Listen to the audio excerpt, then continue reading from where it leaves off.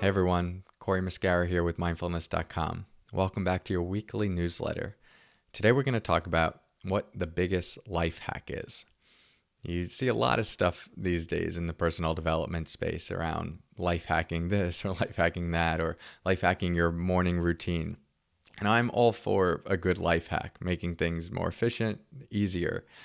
But my opinion on what the biggest life hack is becoming your own best friend.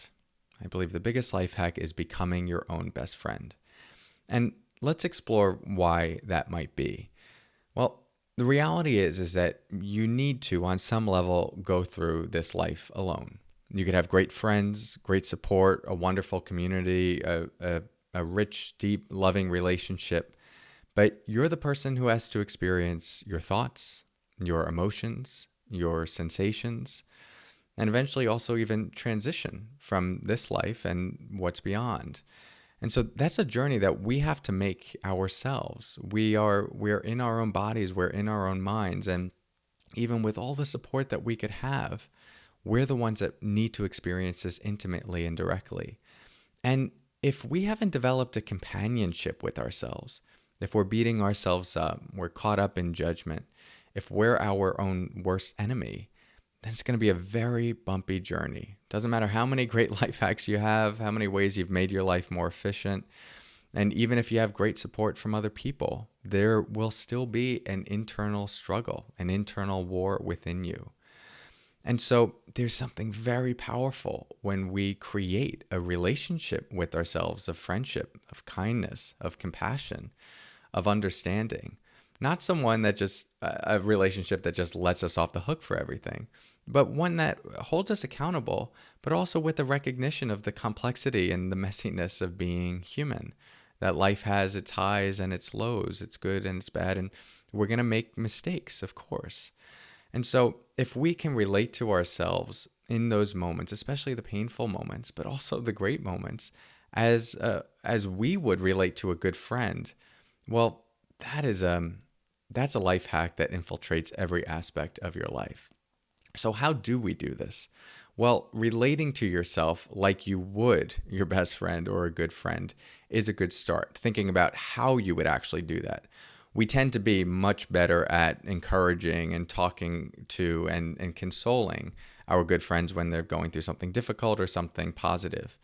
So when you're going through something difficult, imagine how you would console a good friend who is going through something difficult. Imagine sitting on a bench with them and they're telling you something that they're experiencing, a pain they're going through, maybe a breakup. How would you show up for them? How would you hold space for them? What might you say to them? How might you encourage them? And then once you can associate into that, because most likely you have this experience of offering that space, holding that space for another person, someone you care about. Practice turning that toward yourself. Talk to yourself as you would a good friend. And you could also do this with something positive. You're going through something positive. Celebrate yourself like you would a good friend. Really give yourself the opportunity to take it in. And if you're trying to accomplish something, what would it be like to encourage yourself like you would a good friend? Again, in general, we tend to be better at doing this and coaching other people, especially those who we care about. So it's a process of associating into that because we know how to do that and then practicing turning it toward ourselves. Doing this in the third person tends to be helpful. So instead of saying something like, I can do this, I can do this, I can do this, you would shift that to, Cory, you got this. Remember, you're a strong person. You've accomplished this in the past. You know how to get through this. And at the very least, you know how to meet it with humility. And if you get knocked down, I know you know how to get back up. We've done this before.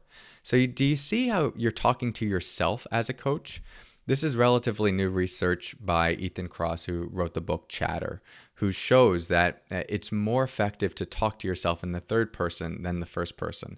So it's just one extra helpful thing you can utilize when you're considering talking to yourself as a good friend. So again, the gist of this biggest life hack may very well be becoming your own best friend. When going through something difficult, see if you can console yourself like you would a good friend. When going through something positive, see if you can celebrate yourself as you would a good friend. And when trying to accomplish something, see if you can encourage yourself as you would a good friend. When we can really get this down and integrate this strong relationship with ourselves, it changes everything in our life. So hope this gives you something to think about. If you'd like more teachings, more practice with this, we have lots of meditations and lots of video teachings just like this that you could get every single day on the mindfulness.com app. So go check it out. There's a link below. Would love to have you there and continue this journey of you becoming your own best friend.